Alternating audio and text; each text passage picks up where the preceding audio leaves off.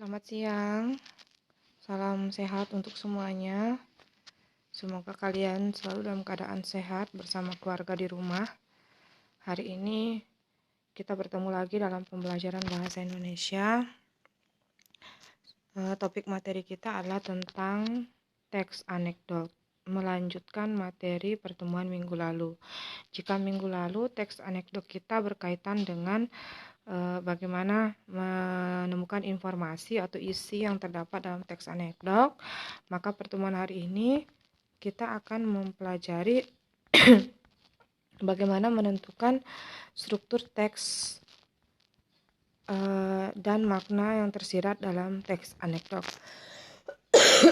Nah, sebagaimana yang sudah disampaikan minggu lalu bahwa teks anekdot itu adalah cerita singkat dan lucu yang digunakan untuk menyampaikan kritik melalui sindiran terhadap pembaca, ya. Fungsi teks anekdot adalah untuk menyampaikan kritik terhadap suatu keadaan. Bedanya anekdot dengan cerita humor biasa adalah kalau cerita humor biasa hanya berisi cerita lucu, sementara teks anekdot itu berisi cerita lucu yang mengandung sindiran. Itu ya bedanya. Nah, bagaimana menganalisis kritik yang disampaikan dalam teks anekdot? Karena teks anekdot ini mengandung kritikan, berarti di dalamnya harus ada kalimat kritik. Nah, salah satu perbedaan anekdot dan humor di sini disampaikan juga bahwa fungsi kalau teks humor adalah menghibur, sementara anekdot berfungsi untuk mengkritik. Kritikan dalam anekdot disampaikan dalam bentuk sindiran yang tidak disampaikan secara langsung. Jadi dia tersirat melalui melalui makna tersirat disampaikan sebuah sindiran terhadap sebuah keadaan atau kepada orang, gitu ya. Mengonstruksi makna tersirat dalam sebuah teks anekdot. Dalam teks anekdot, bagaimana caranya kita untuk menemukan makna tersirat yang mengandung sindiran tersebut? Caranya adalah pertama, membaca secara keseluruhan teks anekdot, kemudian memahami unsur-unsur dalam teks anekdot, dan menangkap aspek lucu, konyol, dan jengkel dalam teks anekdot. Kemudian yang terakhir, menangkap makna tersirat berupa kalimat sindiran atau amanat dari anekdot tersebut. Jadi caranya seperti ini. Kalian harus baca dulu secara keseluruhan isi teks. Sambil membaca, kalian sambil mencari mana aspek lucunya. Setelah aspek lucu, biasanya langsung ditulis atau disampaikan makna sindirannya atau kalimat percakapan sindirannya. Jadi itu ciri-cirinya. Jadi dalam teks anekdot itu disampaikan dulu kata-kata yang lucu atau kalimat yang lucu, baru setelahnya kalimat yang mengandung sindiran. Itu ya. Nah, selanjutnya contoh teks anekdot. Silakan dibaca sendiri. Ya, ini contoh teks anekdot. Aksi maling terekam CCTV. Itu. Silakan Anda cermati tersendiri. Isinya itu seorang warga yang melapor kemalingan. Nah, ini struktur teks anekdot, ada abstraksi, orientasi, krisis, reaksi, dan koda. Yang mana termasuk abstraksi? Dari contoh cerita ini, yang masuk abstraksi itu adalah seorang warga melapor kemalingan. Jadi abstraksi ini sama dengan isi secara keseluruhan dari teks anekdot. Kemudian orientasi itulah bagian dari awal sebuah cerita anekdot. Ini ya, Pak, saya kemalingan. Kemalingan apa? Mobil, Pak. Tapi saya beruntung, Pak. Nah, itu masuk orientasi.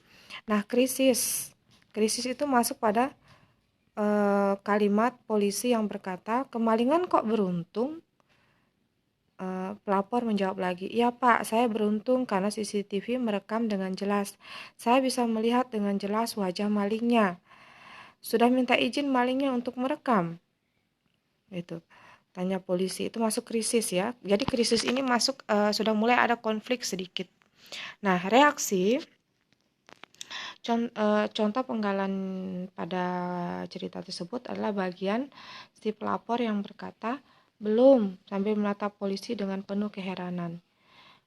Polisi mengatakan, "Itu ilegal. Anda saya tangkap." Itu ilegal. Anda saya tangkap. Nah, itu reaksi. Pelapor, dia hanya bisa pasrah tak berdaya. Itu masuk bagian koda. Koda itu adalah akhir dari sebuah cerita. Nah, menganalisis struktur kebahasaan teks anekdot. Oke, sebelum masuk pada menganalisis struktur kebahasaan, kita mengulas kembali dari cerita aksi maling terekam CCTV ini, mana sindirannya? Itu. Ada yang bisa menemukan? Nah, pada cerita ini sangat-sangat tersirat sekali aspek sindirannya, di mana sindirannya itu muncul pada bagian krisis. Ya, kemalingan kok beruntung? Ya Pak, saya beruntung karena CCTV merekam dengan jelas. Saya bisa melihat dengan jelas wajah malingnya. Nah, sudah minta izin malingnya untuk merekam. Itu kan lucu kan? Kemalingan kok beruntung gitu. Baru ada kata sudah minta izin malingnya untuk merekam. Nah, itu masuk bagian humornya.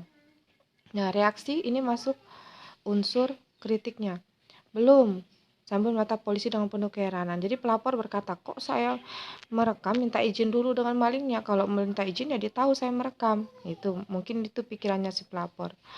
Nah, disinilah unsur anekdotnya, unsur sindirannya. Polisi, itu legal, Anda saya tangkap. Nah, ini makna tersiratnya, entah polisi itu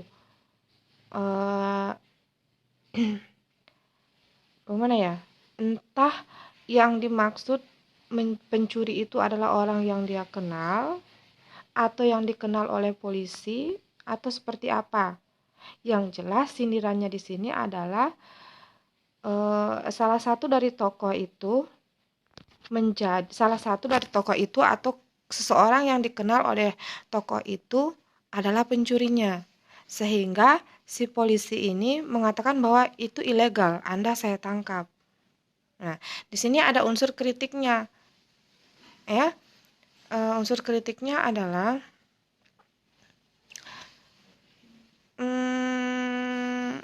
seseorang yang sudah tahu sebuah keadaan itu salah, tetapi dia coba benarkan dengan alasan yang lain. Gitu. Nah, mungkin si polisi ini sudah mengetahui sosok orang yang di dalam CCTV itu adalah orang yang dia kenal. Sehingga agar orang yang dia kenal itu tidak mendapat hukuman, maka dia memutarbalikkan fakta bahwa si pelapor ini merekam tanpa izinnya, sehingga boleh dikatakan ini mungkin ya digaris bawahi, kasus ini bisa tidak berlanjut gitu. Jadi unsur kritiknya di mana? Unsur kritiknya adalah terkadang, tapi tidak semua ya, itu hukum atau hukum atau tata tertib atau aturan di negara kita itu dipermainkan oleh oknum. Bukan semua. Jangan mencap bahwa polisi itu seperti ini negatif, jangan. Ini adalah salah satu oknum dari polisi, tapi tidak semua polisi seperti itu. Begitu juga mungkin nanti ada tokohnya seorang tentara atau tokohnya seorang guru atau tokohnya seorang presiden. Nah, bukan semua presiden, bukan semua tentara atau guru seperti itu, tetapi oknum. Nah, dalam cerita ini mungkin dikatakan bahwa salah satu oknum tersebut mencoba untuk memutarbalikkan fakta. Nah, seperti itulah keadaan hukum di negara kita. Itulah unsur kritikan dari anekdot tersebut. Jadi seperti itu ya, sangat-sangat tersirat sekali sehingga kalian harus membaca dengan cermat.